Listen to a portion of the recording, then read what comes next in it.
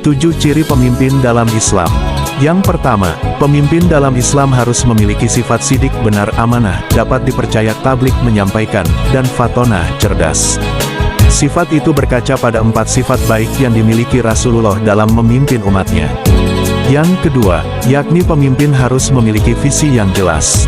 Karena dengan visi itulah yang nantinya mampu memberi petunjuk dengan benar, merujuk pada surat As-Sajdah ayat 24 yang artinya, dan kami jadikan di antara mereka itu pemimpin-pemimpin yang memberi petunjuk dengan perintah kami selama mereka sabar. Mereka meyakini ayat-ayat kami.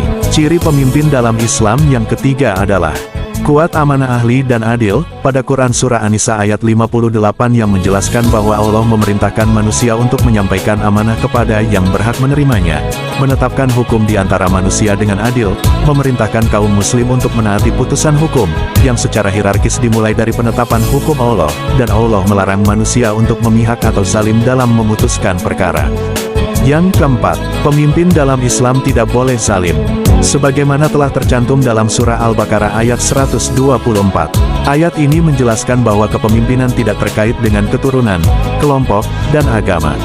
Allah menegaskan bahwa kepemimpinan itu harus jatuh pada orang yang tepat dan kompeten.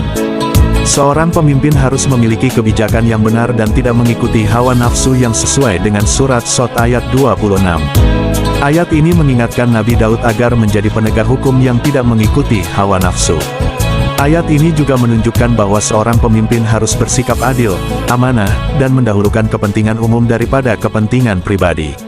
Ciri pemimpin dalam Islam yang keenam, adalah orang yang tentunya harus dekat kepada Allah dan Rasul-Nya. Hal ini tertuang dalam surat An-Nisa ayat 59. Artinya, ketika terjadi perbedaan pendapat dalam suatu perselisihan, manusia harus berkaca pada Al-Quran dan Sunnah serta ketentuan-ketentuan yang ditetapkan oleh ulil amri sepanjang mereka tidak menyuruh untuk berbuat maksiat. Yang terakhir, membangun tim yang kuat sesuai dengan surat As-Saff ayat 4 dan Al-Imran ayat 103.